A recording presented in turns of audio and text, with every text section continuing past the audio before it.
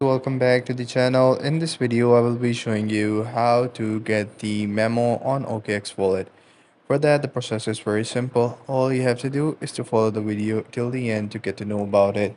So first thing is the memo is dependent upon different sort of tokens and different sort of exchange as well.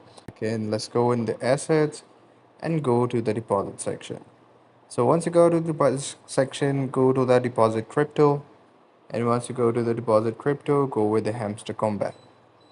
So once you will go to the hamster combat, just slide the command to move forward. And here you can see that you will see two different sort of addresses. One is address and the second one is the memo. So all you have to do is copy these ones and paste it in the hamster compact application to get the transaction done. So that's how you can do it. I hope you find this video helpful.